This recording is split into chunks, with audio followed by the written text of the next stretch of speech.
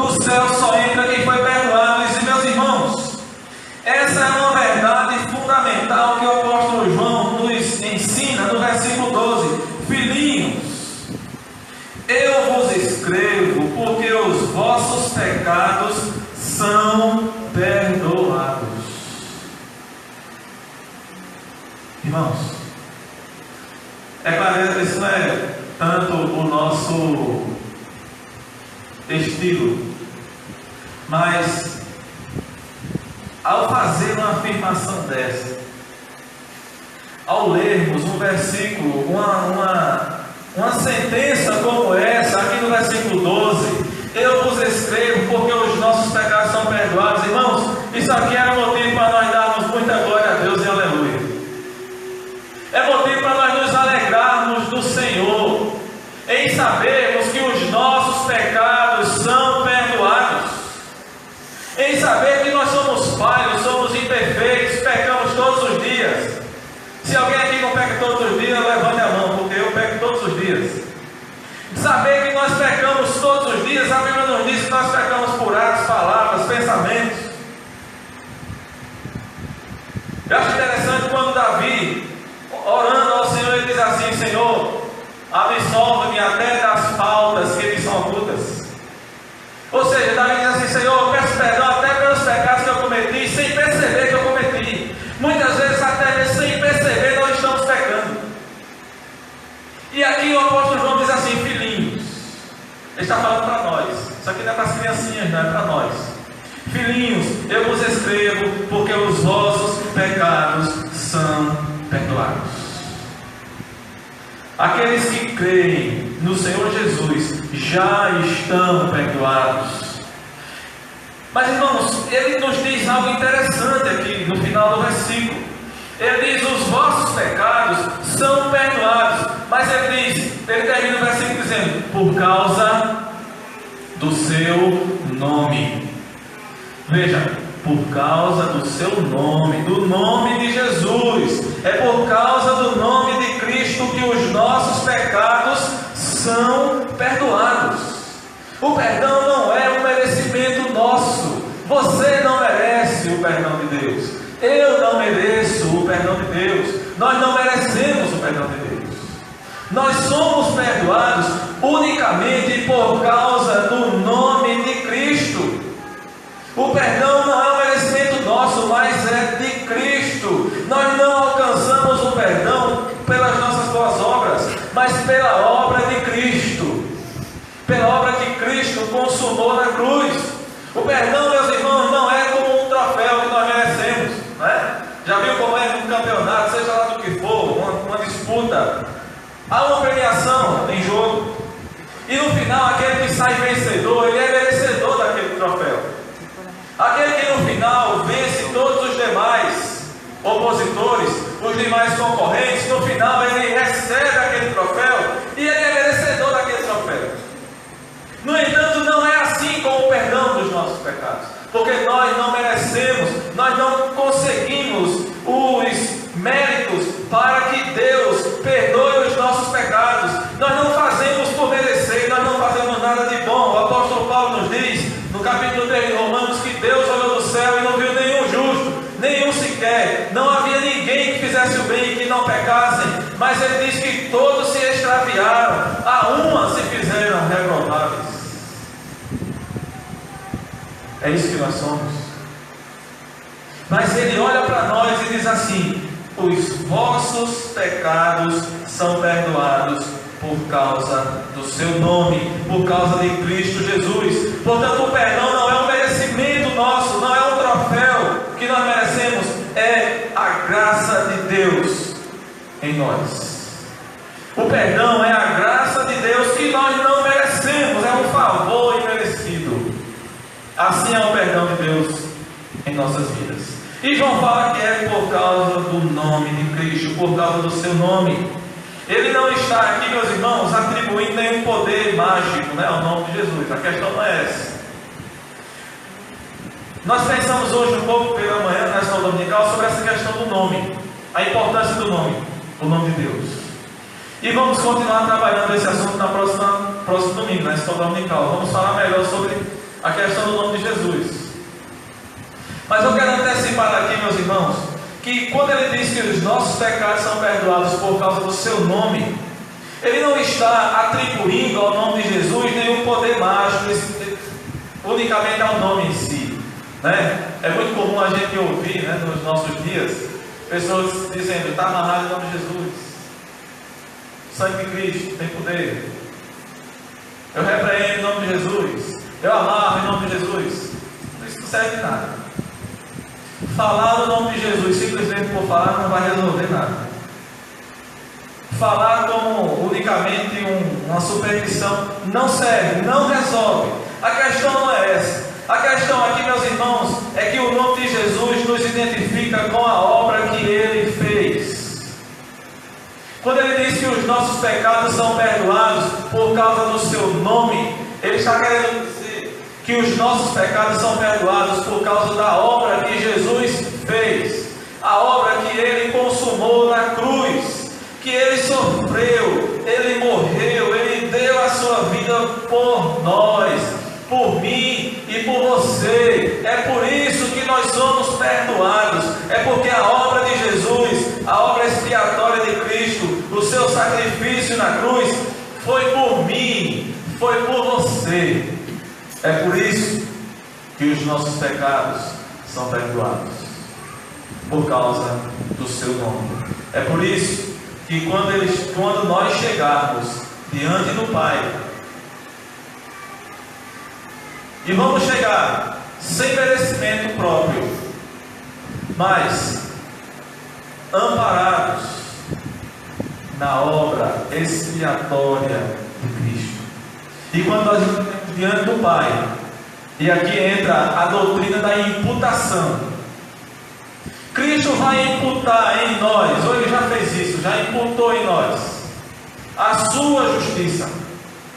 E quando Deus olhar para mim e para você, Ele não vai ver os meus pecados, Ele vai ver a justiça de Cristo que foi imputada em mim.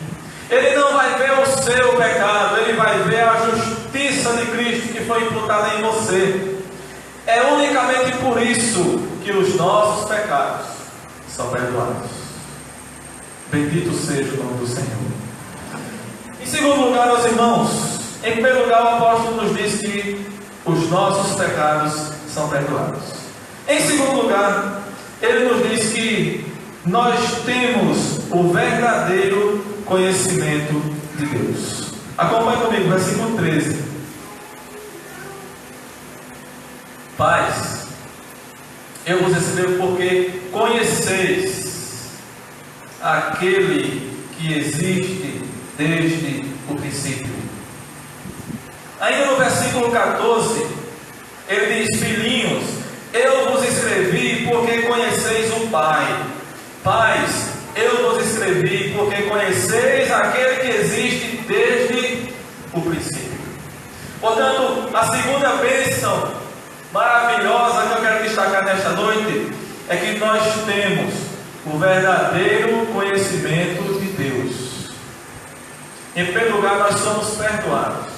Em segundo lugar, nós recebemos o verdadeiro conhecimento de Deus. Quando João escreve essa carta, meus irmãos, nós falamos isso na introdução, no sermão de introdução à exposição da carta de João. Ele escreve para combater, dentre muitos problemas, uma heresia que estava se formando em seus dias, chamada gnosticismo.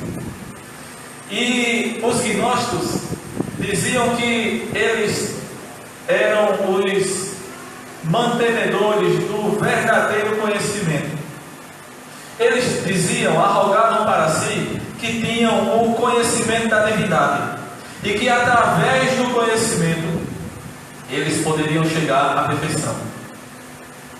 No entanto, meus irmãos, essa foi uma heresia fortemente combatida pelos apóstolos, fortemente combatida pelos pais da igreja nos primeiros séculos, e graças a Deus por isso.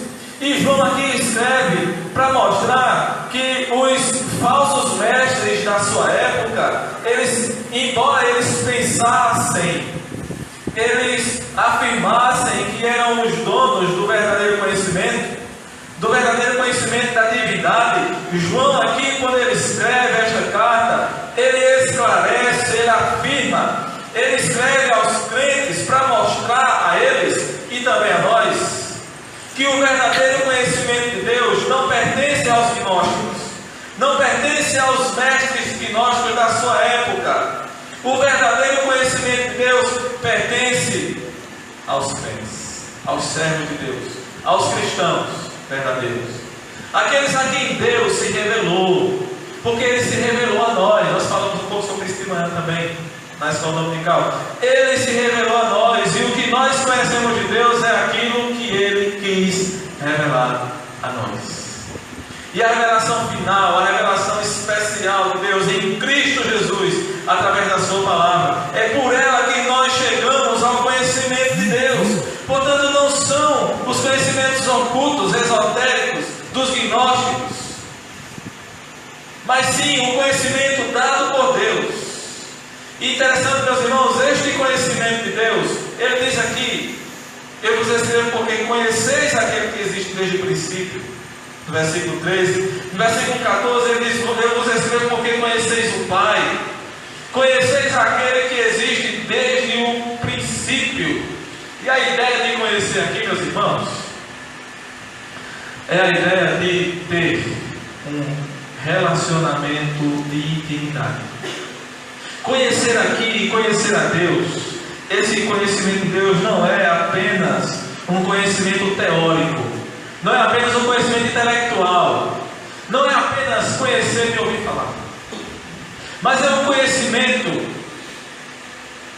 experimental, é um conhecimento relacional, é um conhecimento em que nós experimentamos o poder de Deus, é um conhecimento em que nós nos relacionamos, temos um relacionamento com Deus, é um conhecimento de um relacionamento profundo com Deus. Não é à toa, meus irmãos, que quando Deus Ele fala, principalmente lá no Antigo Testamento, quando Ele fala da infidelidade do povo, a figura que Deus usa é a figura de um casal em que a esposa é infiel ao seu marido. O relacionamento de Deus com o seu povo é um relacionamento íntimo, é um relacionamento que pode ser comparado ao relacionamento entre marido e mulher. E é assim que a Bíblia apresenta a igreja em relação a Cristo. A igreja é apresentada na Escritura como sendo a noiva de Cristo. E se nós somos a noiva, Deus sempre tratou o seu povo dessa forma. Deus tratou o povo de Israel no Antigo Testamento exatamente nesses termos, de um relacionamento íntimo. O povo de Deus é um povo que tem um relacionamento íntimo com Deus. Se nós somos a noiva de Cristo, é porque nós também precisamos ter um relacionamento íntimo com Cristo. Conhecer implica em ter um relacionamento profundo. A Escritura nos diz, meus irmãos, que o conhecimento de Deus é a essência da própria vida eterna. Eu queria que você abrisse sua Bíblia no capítulo 17 de João. Evangelho agora. Volta um pouquinho. Capítulo 17 de João. Olha o que ele diz no versículo 3. E a vida eterna é esta: que te conheçam a ti, o único Deus verdadeiro, e a Jesus Cristo, a quem enviastes. A quem enviastes. A vida eterna é esta: relacionamento íntimo com Deus, conhecimento de Deus. A vida eterna é esta: que te conheçam a ti, o único Deus verdadeiro, e a Jesus Cristo, a quem enviaste. Meus irmãos, desde o Antigo Testamento, o Senhor já disse que o seu povo estava perecendo. O Senhor já disse que o seu povo estava sendo destruído. Por quê? Porque faltava o que, irmãos? Conhecimento.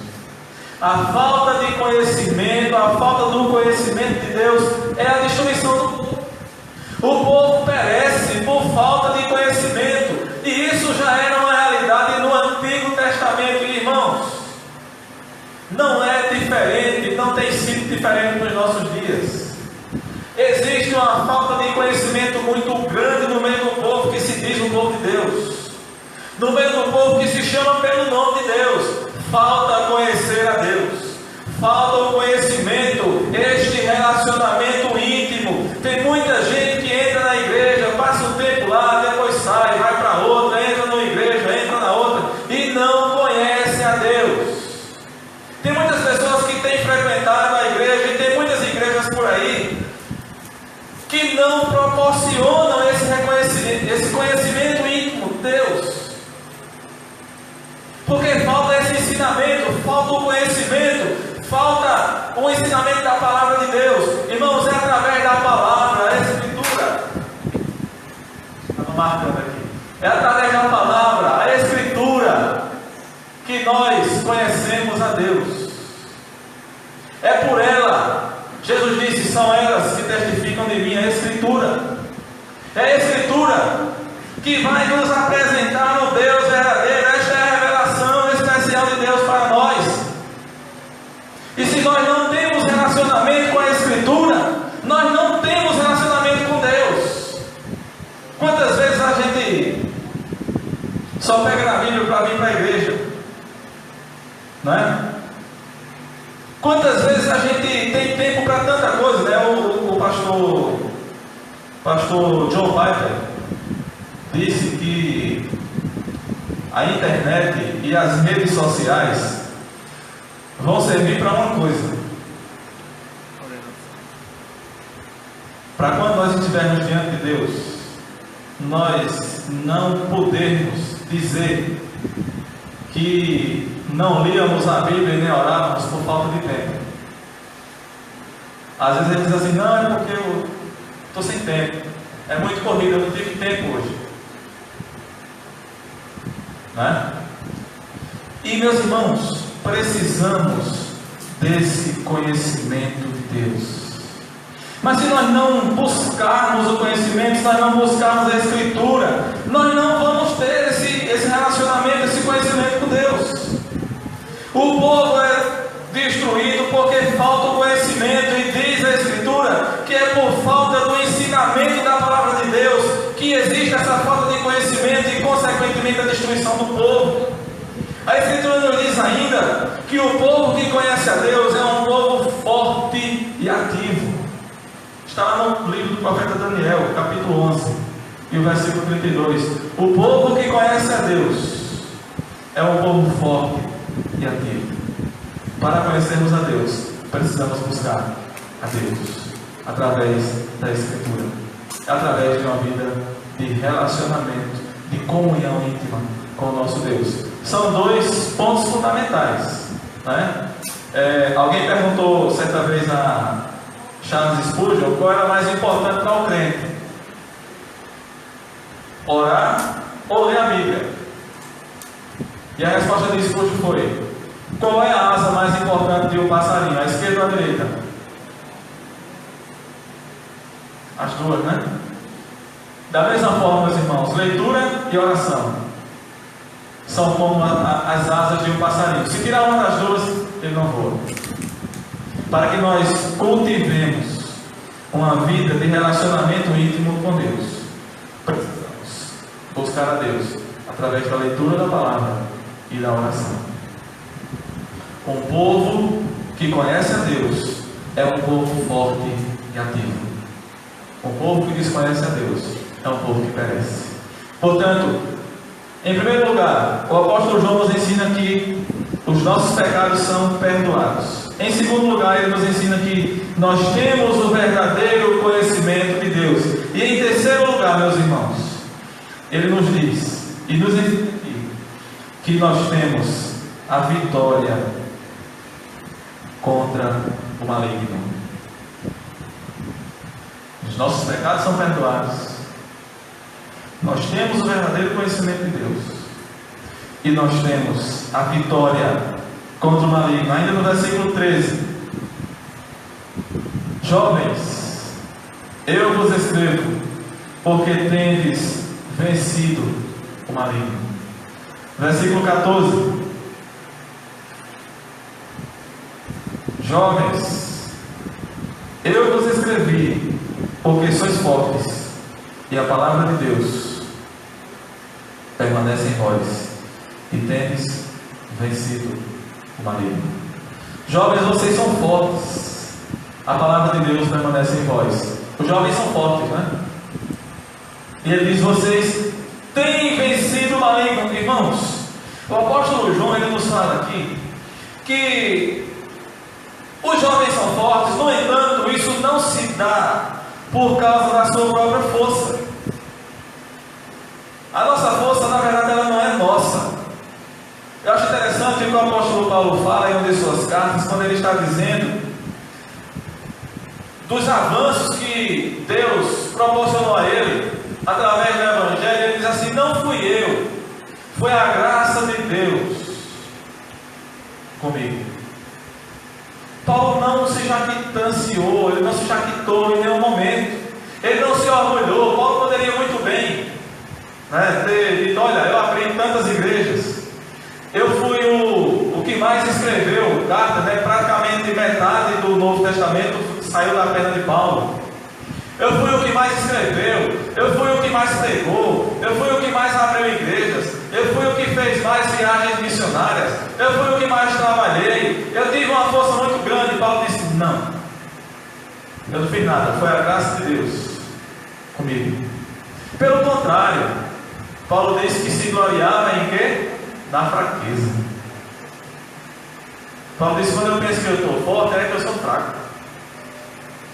E quando eu penso que eu estou fraco, aí Deus me fortalece, né? Aí é que eu estou forte. E ele disse: portanto, se eu tiver que me gloriar em alguma coisa, é na cruz de Cristo que eu vou me gloriar, e nas minhas fraquezas. Portanto, o apóstolo João diz aqui: jovens, eu vos escrevo porque vocês são fortes. No entanto, meus irmãos, essa força não é nossa. Eles são fortes porque a palavra de Deus permanece neles. Olha o que ele diz aí no final do versículo 14: jovens, eu vos escrevi porque sois fortes e a palavra de Deus permanece em vós. Irmãos, a palavra de Deus é fundamental. No segundo ponto eu lembrei, e eu mostrei aqui, que nós precisamos do conhecimento da palavra de Deus para conhecer a Deus.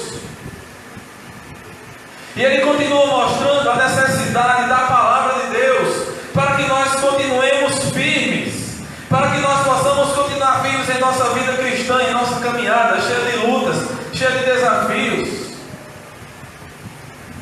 cheia de obstáculos. Por isso é preciso que a palavra de Deus esteja em nós. Fato interessante, meus irmãos, aqui é que João, ele não está falando que os jovens podem vencer o maligno.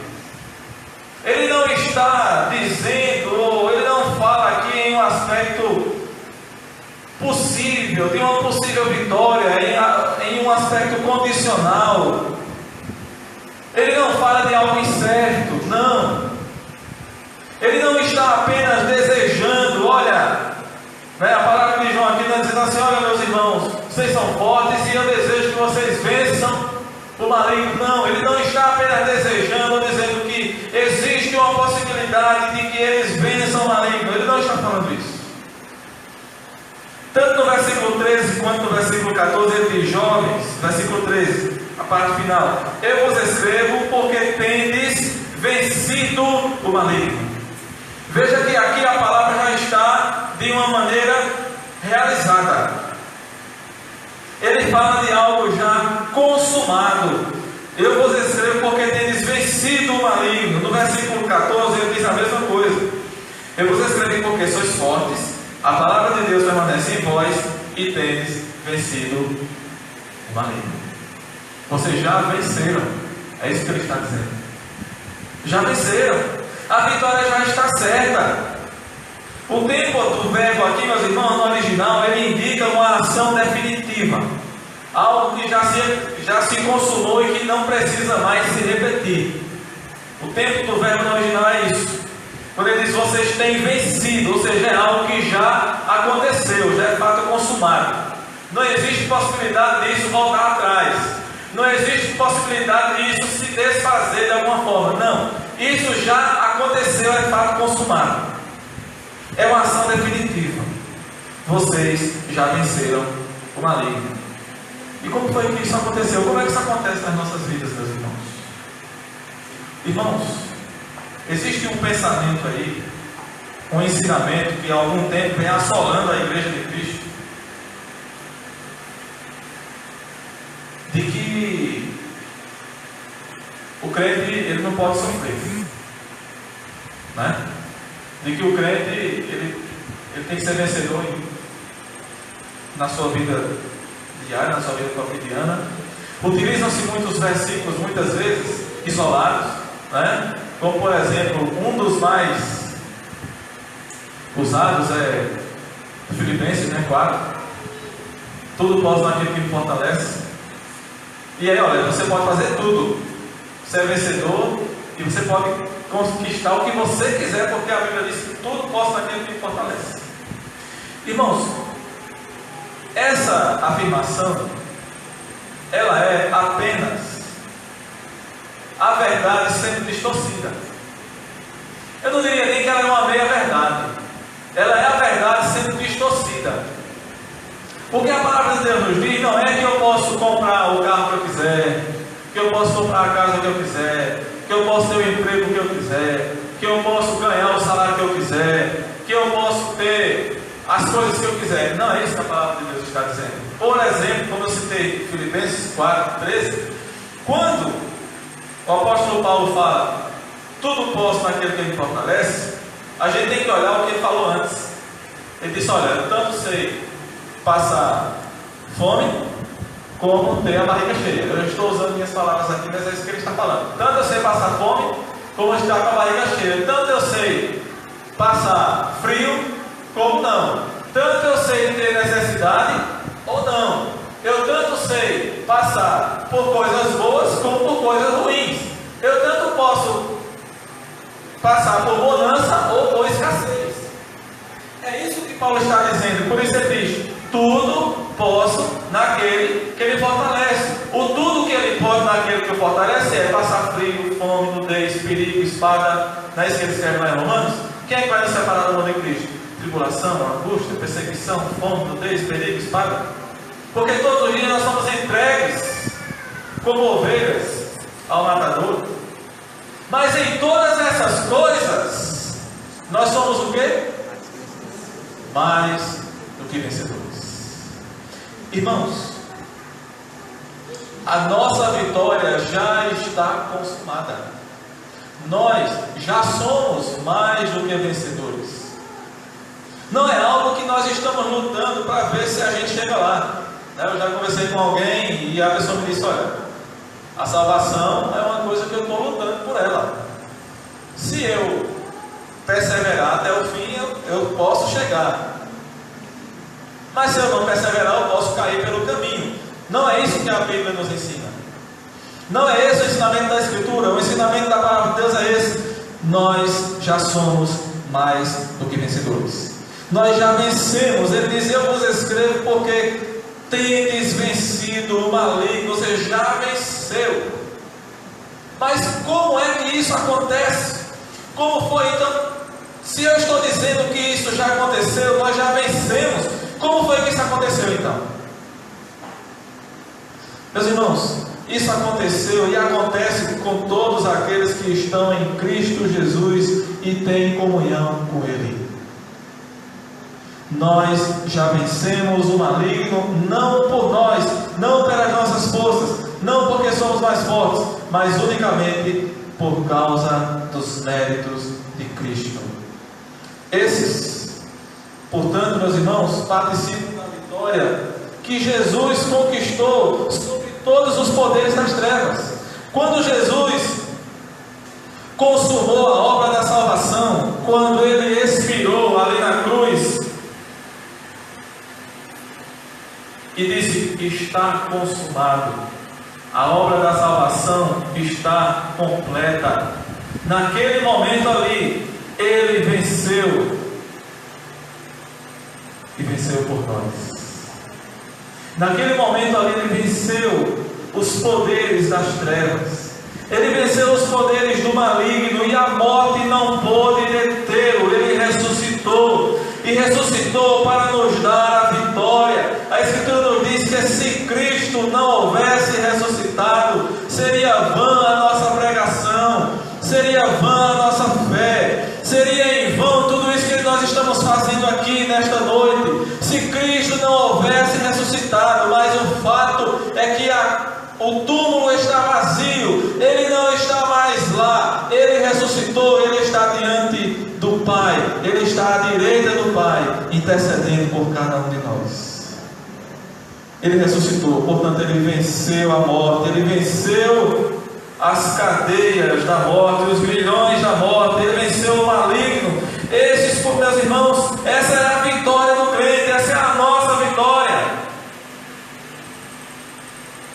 A vitória do crente sobre o maligno é essa, e é um fato consumado. Ele diz: vós tendes vencido o maligno. É algo que já está consumado. O escrito de dívida que constava contra nós foi pago. Cristo o encravou na cruz, quitando toda a dívida, sarando, perdoando, curando todos os nossos pecados. E é unicamente por isso, meus irmãos, não é por nós já estamos concluindo, e quero concluir dizendo que essa vitória, ela é nossa, mas não pelos nossos próprios méritos. Ela é nossa através de Cristo Jesus. Ela é nossa através dos méritos de Cristo Jesus. Portanto, meus irmãos, nada é nosso. Já diziam os pais da igreja que nada é nosso senão o pecado. O máximo que nós temos é o pecado, mas a vitória é através de Cristo. Tudo o que acontece conosco, o perdão dos nossos pecados, o conhecimento de Deus, a vitória sobre o maligno, tudo isso é pelos méritos de Cristo. Não vem de nós mesmos, não vem das obras, né? Como diz a palavra de Deus, não vem das obras para que ninguém se glorie. Mas nenhum de nós, meus irmãos, vai poder chegar diante de Deus com nada nas mãos. É como diz o hino que nós cantamos, né? Venham, meu Senhor, venham como estou. Gosto muito desse hino, irmãos, porque ele reflete muito a nossa condição. Enquanto tem muita gente cantando aí, a indústria gospel, né, dos nossos dias está produzindo aí à torta e à direita músicas triunfalistas, né? O compositor sacro escreveu: venho, meu Senhor, venho como estou, bem nenhum mereço aqui, mas Deus me convidou. É unicamente, meus irmãos, pelos méritos de Cristo, bem nenhum nós merecemos aqui. Unicamente por Ele, tudo é dele, como nos diz a Escritura, porque dele, por Ele e para Ele são todas as coisas. Glória, pois, a Ele. Louvado seja o nome do Senhor Jesus. Se nós vivemos, é para Ele que nós vivemos. Se nós morremos, é para Ele que nós morremos. Diz o apóstolo Paulo: quer vivamos ou morramos, somos do Senhor. Tudo é dele, tudo é para Ele e nada é nosso.